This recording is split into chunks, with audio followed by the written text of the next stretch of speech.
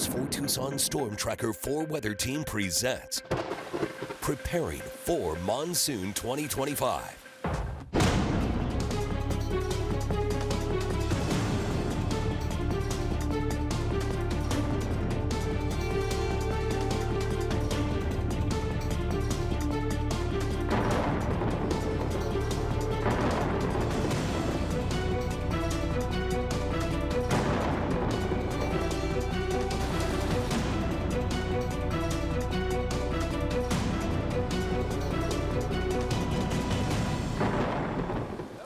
Familiar sounds and sights of monsoon.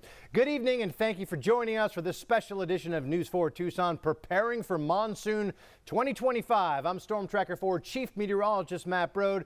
The News 4 Tucson StormTracker 4 team has you covered with everything you need to know about staying safe from dust storms, flash flooding, and dangerous lightning. We want you to all to enjoy the rain we need so badly. While there are no guarantees, the forecast so far is looking pretty wet. Here is your monsoon outlook. If Mother Nature has taught us anything in the past few years, it's to prepare for the unexpected. Much of what we're learning from climate change is that these extremes can and will become more common. Like it or not, intense June heat is required to get the monsoon underway. Here's how our monsoon gets going. Long before we see our daily rounds of thunderstorms in southern Arizona, storms have been long firing up along the Sierra Madre Mountains of Mexico. This is where our monsoon is born. Strong high pressure bakes northern Mexico and gets these storms fired up. Typically, we see many weeks of these hot temperatures, well above 100 degrees during this time. As June turns into July, that high pressure migrates north and finds its home right near the Four Corners. Winds then blow clockwise around high pressure, and with the heat in place, instability providing the perfect recipe for storms to form. We now have our final ingredient in place for rain, a surge of moisture moving into the area from the southeast. So after a dry winter, worsening drought conditions, everyone wants to know, how much rain can we expect this monsoon? On average, Tucson receives just under 6 inches of rain during the monsoon, as defined by the calendar dates of June 15th through September 30th. We're coming off one of our driest winter and spring months on record. History goes back to 1895 here for the city of Tucson, but it's this exact lack of winter and spring rain that actually may increase our monsoon rain totals. History shows that 6 of the 15 wettest monsoons came directly after some of the driest winters, and about 60% of the time, a dry winter is followed by a wetter than normal monsoon. And the Climate Prediction Center agrees that a wetter than average monsoon is headed our way now that cooler Pacific waters known as La Niña have moved on out. Ocean temperatures have returned to average, meaning we are no longer in an El Nino or La Niña pattern. Forecasters call this ENSO or ENSO neutral conditions that could give the monsoon a running start, perhaps even earlier than usual. In fact, when we look back at the past 5 ENSO neutral summers, again, that means no El Nino or La Niña, 4 of the 5 were actually above average. This includes the historic monsoon of 2021, which was the 3rd wettest monsoon on record. So based on our dry winter and spring, the official long-term forecast from the Climate Prediction Center, and looking at years past with similar conditions, we are happily predicting an above-average monsoon. But as we have seen many times in the past, we can never out-forecast Mother Nature's plans. Okay, so we have a few reminders that just might save your life. Driving around barricades is illegal and dangerous. Never drive through flooded roadways. Turn around, don't drown. Avoid storm drains and washes, and make sure you don't let children play near them. If your vehicle gets caught in rising water, leave it, move to higher ground. Remember, it only takes 10 inches of water to float cars, vans, SUVs, and trucks. And when in doubt, wait it out or find yourself a safer route. Preparations are now underway to help keep Tucsonans safe on the roads during monsoon. It's all part of the city's Operation Splash that's now in effect. City officials with the Department of Transportation and Mobility say crews are staging over 500 barricades at about 100 dip crossings throughout the city so that when the rain does come, well, they have easy access to move to barricades into place if needed and keep the public safe. blocking off potentially dangerous roadways. During monsoon, our DTM street maintenance division is on standby 24 hours a day, 7 days a week with these storms. So they're called out. They're monitoring washes when that water is flowing. They're monitoring the National Weather Service so they can get out there quickly and close those roadways where that water is coming.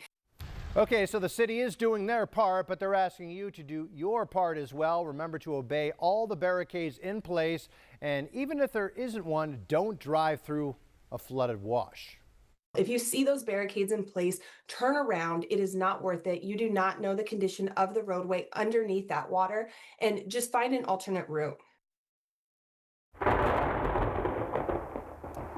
Okay, there it is. Lightning, it can strike at any time and any place and can be deadly, especially during monsoon. In the United States, lightning kills about 20 people each year and injures hundreds more. So remember, folks, when thunder roars, head indoors. StormTracker 4 meteorologist Dee Cortez is talking to the experts about those dangers from above and below. Lightning can strike at any time. In fact, people are often struck outside heading to and from their car. So it's important to remember during monsoon that you are never safe outside during a thunderstorm.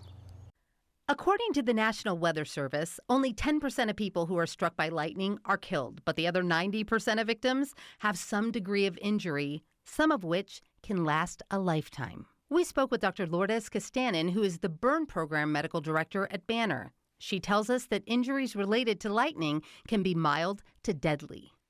And it can be from something very mild that leaves almost no signs on the skin, just a little bit of scarring, to something much more damaging, such as like a third-degree burn with a blowout. Castanin tells us that blowout injury happens when the current enters the body. It expands while traveling through the soft tissue, so when it exits, it bursts out, covering a much larger surface area.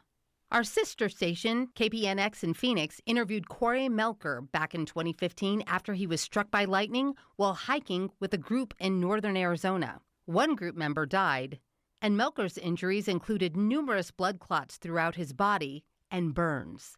Your brain can't handle it. It's like resetting a computer. The pain itself is, even medicated, is pretty intense. As monsoon approaches, remember to plan ahead if you plan to spend time outdoors. And remember, there's no safe place outside during a thunderstorm. StormTracker 4 meteorologist Dee Cortez, News 4 Tucson. And here are some tips to keep you safe during a lightning storm. First things first, if you hear thunder, move indoors. Once inside, wait to use any plumbing like showers or sinks. Plumbing conducts electricity, folks. This is not a myth. Never touch wiring during a storm. If you still have corded phones, they can be dangerous. Lightning can travel through the telephone wires and can kill you. However, cell phones are safe. Unplug expensive electronics, including TVs, stereos, computers, or at least make sure they're plugged into a surge-protected outlet or power strip. And don't play video games that are connected directly to your TV. Till the monsoon rains begin this year, the chance of wildfires remains high. We've already seen it here in southern Arizona with the Bryce Fire, Cedar Fire, and Cody Fire. The Arizona Department of Forestry and Fire Management tells us an invasive tree called salt cedar helped the Bryce Fire grow to more than 3,000 acres. From October to April, the nonprofit Gila Watershed Partnership uses chainsaws to remove salt cedars near the Gila River. News 4 Tucson spoke with one volunteer about these efforts to reduce fires from becoming bigger in southern Arizona. It is an honestly Arizona-wide issue, and some people think we could just like let them burn and then the weeds will be gone, but it burns everything else. It burns like twice or even hotter than what our normal fires would burn at. Saguaro National Park says it is also trying to eradicate the tree. Officials there say salt cedars aren't only highly flammable, but they also take lots of water and compete with native plants, sometimes displacing them. That's why researchers say it's so important to take action such as creating areas for fire breaks. Leaving native plants alone and weed eating and burning invasive ones also helps prevent fires from spreading. The Arizona Department of Forestry and Fire Management has some tips for preventing fires. First, drivers are urged to secure tow chains so they don't drag. That can cause sparks and start a wildfire. And never pull your car over off the road into vegetation. Check weather before burning anything. Have a shovel and water nearby if you do.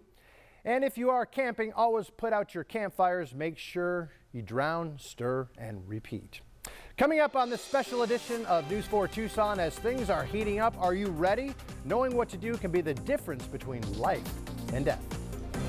And still ahead, temperatures can become blazing hot inside of a car. We're telling you how to avoid an accidental catastrophe when it comes to your little one.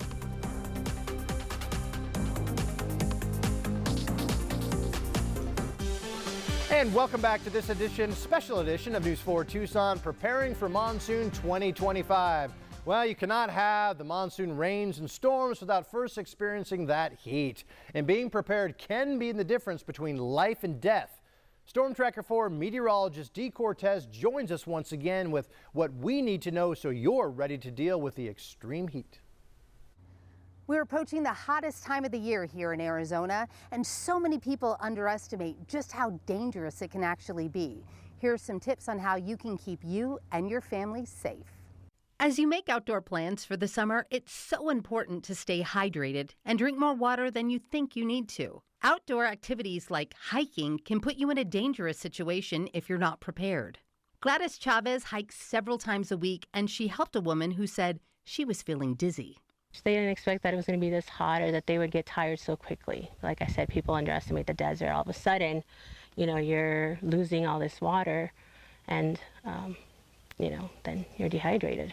I spoke with Jay Carlick, who's the assistant fire chief with Rural Metro Fire, and he says that if you know you're going to be doing something outside, you need to be prepared. Whether it's recreation or yard work, it's best to hydrate beforehand and try to schedule those activities in the morning before the heat of the day comes on you. It's important to know that if you don't hydrate as you sweat, your chances of suffering from heat-related illness goes up. The earliest signs of heat exhaustion include muscle spasms or cramps in your arms, legs, or your abs. You may also feel dizzy or nauseous. And if you ignore these signs, it will only get worse. He says the best thing that you can do when you start experiencing those symptoms is to get indoors and drink as much fluids as you can to avoid a medical emergency. If you have to work outside, or if you know you're going to be outside for long periods of time, remember, wear loose, light-colored clothing, and most importantly, know your limitations. StormTracker 4 meteorologist Dee Cortez, News 4 Tucson. Good advice there, Dee. And excessive heat has proven deadly in the past. In 2024, there were 107 heat-related deaths right here in Pima County and 608 heat-related deaths in Maricopa County. Staying cool in triple-digit temperatures is crucial to your safety. Some tips to bear the heat include, well, avoid strenuous activity, stay indoors as much as possible during the hottest times of the day, wear light and loose-fitting clothing, and of course, stay hydrated. In 2024, Arizona ranked 4th in the country for hot car deaths during triple-digit temperatures. Within minutes, the inside of your vehicle could reach temperatures as high as 130 degrees. Kids and Car Safety is calling on the public to be prepared to take action if you see a child or pet alone in a car. You are instructed to not wait for the driver to return. Call 911 right away. If the child or pet is not responsive, get them out of the car by any means necessary and move them to a cooler environment. Dampen them with cool water or wet rags and stay with them until help arrives. Also, keep in mind breaking a car window is legal in Arizona if you believe the child or pet's life is in danger. With extreme heat on the way, it's important to keep not only your safety in mind, but also your pets. On a 100-degree day, the asphalt can reach up to 160 degrees. So before taking your dog for a walk, a good rule of thumb is to put the back of your hand on the ground for 10 seconds. If you can hold it there without burning, then it's safe to take the pup out for a stroll. Some other tips include giving your pet plenty of water, as they can get dehydrated quickly just like you. Also, be sure to avoid taking them out during the hottest times of the day. Coming up on this special edition of News 4 Tucson, heavy rains could turn deadly in the desert without the proper response. How to avoid getting swept away during a flash flood.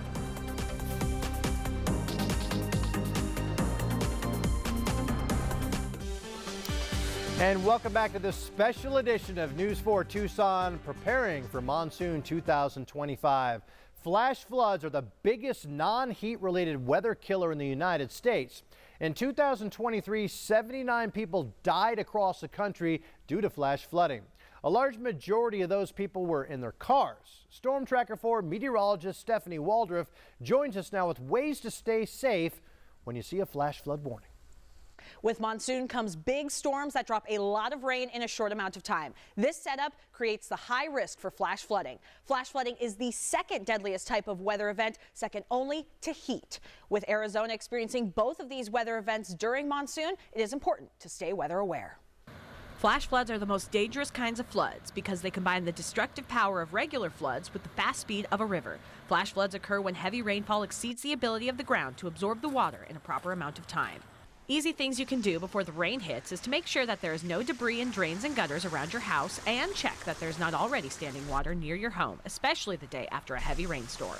You know how to plan for those future events. So whether that's getting sandbags, getting additional food and water so you have to shelter in place, finding a friend to go stay with over the weekend, or finding safe evacuation routes.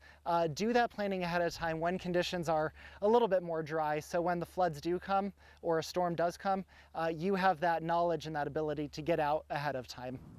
When you know runoff might be an issue, it's a good idea to set up those sandbags before the storm hits. There are locations where you can go pick up sand for free in some communities. One thing sandbags won't be able to stop is damage done to trees that could be swept away in a flash flood. Thankfully, the city has crews on standby to clean up flood-prone areas after the rain ends. Got a lot of trees that have been knocked down in the roadways. So not only are they working on the dip crossings, but they're also clearing the roadways of trees and limbs and other debris. Runoff and debris are one of the biggest contributors to flash floods when heavy rain hits. Avoid roadways that have washes going through them, especially in the foothills during heavy rain, because those washes can fill up fast. It can take as little as 12 inches of water for your car to be swept away in a flash flood. Since it takes such a small amount of rushing water to move a vehicle, it is important to stay vigilant on the roadways. Always remember, turn around, don't drown. I'm meteorologist Stephanie Waldrop reporting. Good advice, Stephanie. We will be saying those words all monsoon long. Turn around, don't drown. Take a look at this. The Tucson Fire Department is gearing up for Monsoon 2025 by performing swiftwater rescue drills. These are pictures of TFD crews practicing how to hoist flood victims onto rescue ladders. TFD is reminding everyone to never drive through those flooded washes. Flash flooding isn't just dangerous for drivers, it can cause millions of dollars worth of damage to your home and your property. If you live in a flood-prone area, make sure to have an evacuation plan ready. Have materials on hand like sandbags to protect from rising waters and plywood and plastic sheeting to make emergency repairs after a storm. Also check into flood insurance coverage. You should know that flood losses are not typically covered under normal homeowners insurance policies. Storms can be rough on your vehicle when you're out there on the road, but they can also do major damage to your home. That's why the City of Tucson's offering free sandbags to the public. They can be picked up in the east parking lot of High Corbett Field at Reed Park. Ahead of the first forecasted monsoon, sand and bags are provided. But bring your own shovel. The free sandbag program will be available until mid-September. Pima County also has 14 stations where you can fill your sandbags. You can find that full list on your website here at KVOA.com/monsoon. From sandbag stations to barricades, Tucson and Pima County officials are gearing up to help you stay ready when monsoon storms roll in. And this year they're building something new to try to prevent drivers from going around the barricades. We do see a lot of motorists who drive around those barricades, and it's really unsafe because you don't know the condition of the road underneath that water. So one of the most frequently flooded roadway is El Camino de la Tierra at the Rito Wash. So crews are installing a gate at this location to help prevent motorists from driving through. This will be the first gate-like within the city limits. City officials say the gate will be installed this week. Monsoon storms can cause pets to become a little bit anxious. The Pima Animal Care Center has a few tips for pet owners to help make the season a little bit less stressful for your furry friends. Loud sounds during storms can scare pets, but creating noise distractions can help. PAC says to keep your pets indoors during storms, turn on radios and have some sort of noise distraction from the thunder and the lightning that occur. PAC also says the shelter sees an increase in stray pets after a monsoon storm. So pet owners, if your dog or cat goes missing, be sure to check your local shelters. The arrival of monsoon means an increase in moisture, which is a welcoming change for many pests. And with heavy rains and flooding, this could lead to an increase in the number of mosquitoes, as they tend to experience a boom in their populations due to the favorable breeding conditions. To help fight the bite, experts encourage using bug spray during dawn and dusk and wearing long sleeves and pants. Also, be sure to remove any standing water, even small amounts, around pots of plants to help reduce a potential breeding ground.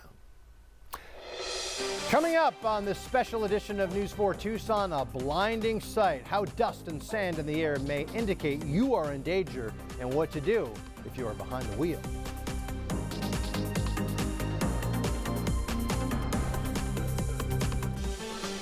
Welcome back, everybody, to the special edition of News 4 Tucson, preparing for monsoon 2025. We're all excited for the beneficial rains that we need. Here's kind of the setup that we're actually begun to see here across southeastern Arizona. The heat, it's been on for the last several weeks, and it's going to continue to be on for the next several days as high pressure still bakes northern sections of Sonora. And even though we don't like the heat, it's really a crucial step that we need in order to get our beneficial monsoon rains, hopefully in just a matter of a short couple of weeks. What's going to happen eventually is that area of high pressure in northern sections of Mexico should move up to the north a little bit. When this process happens, remember, winds blow clockwise around that area of high pressure. So that's going to start steering in some of that moisture from the southeast. We have different positions of high pressure all throughout the monsoon. This is probably the most common one that we talk about when we talk about high pressure right in that four corners, but other positions work as well. The big takeaway is that we need the heat, A, we have that in place. B, that helps create the moisture, which is now in place, and then we'll see that high pressure move up either to the four corners, possibly over New Mexico, even sections of the Great Basin. We're looking okay, and so far it looks like we're off to a pretty good start, so hopefully we'll be talking about seeing those beneficial rains just in a matter of a couple of very short weeks. All right, let's shift gears a little bit. Dust storms are common during the monsoon, as we all know, especially in open deserts. They are often also a precursor to severe weather that could move into your direction. StormTracker 4 meteorologist Stephanie Waldrop joins us now again with the dangers of these storms. Dust storm, haboob, whichever term you use, these storms are a serious risk in southern Arizona, especially on certain roadways. Makes it dangerous. Nobody wants to get on that interstate. Grace Clark is one of the many residents who live between San Simon and Benson in Cochise County or in Pinal County north of Tucson that deal with these storms multiple times a year. Another dangerous spot is near Picacho Peak, where visibility can drop to zero in a few seconds, and many drivers do not know what to do when those happen. The best way to drive in a dust storm is to not drive into a dust storm. If you see that big wall of dust approaching, get off the highway and wait it out. However, if you find that you are in a dust storm, our advice is pull aside, stay alive. Flat land with no barriers and areas that have not seen much rainfall are most vulnerable, which is why I-10 between Tucson and Phoenix is the worst area for dust storms. Dust storms come from outflows of thunderstorms. A strong thunderstorm outflow will pick up loose soil and dirt and lift it into the air. The dust can be a mile high and 100 miles wide. Dust storm warnings are issued by the National Weather Service, and they can be tracked before they reach the interstate. So if you know it is a bad weather day, keep the radio on and listen for alerts. These storms can last a few minutes to a few hours and can vary in severity. If you find yourself outside and see a dust storm approaching, it is best to get indoors to avoid any damage to your lungs. If you do find yourself out on the roadways during a dust storm, not only should you pull aside, but you should also make sure to turn off your lights, take your foot off the brake so your taillights aren't illuminated, and also put on your emergency brake. I'm meteorologist Stephanie Waldrop reporting. Thank you, Stephanie. So as a quick reminder, never drive through flooded roadways. We say turn around, don't drown. When thunder roars, head indoors. Do your part to prevent wildfires. Stay hydrated in that extreme desert heat. Never leave your children or pets in a hot car. And of course, with dust storms, pull aside, stay alive.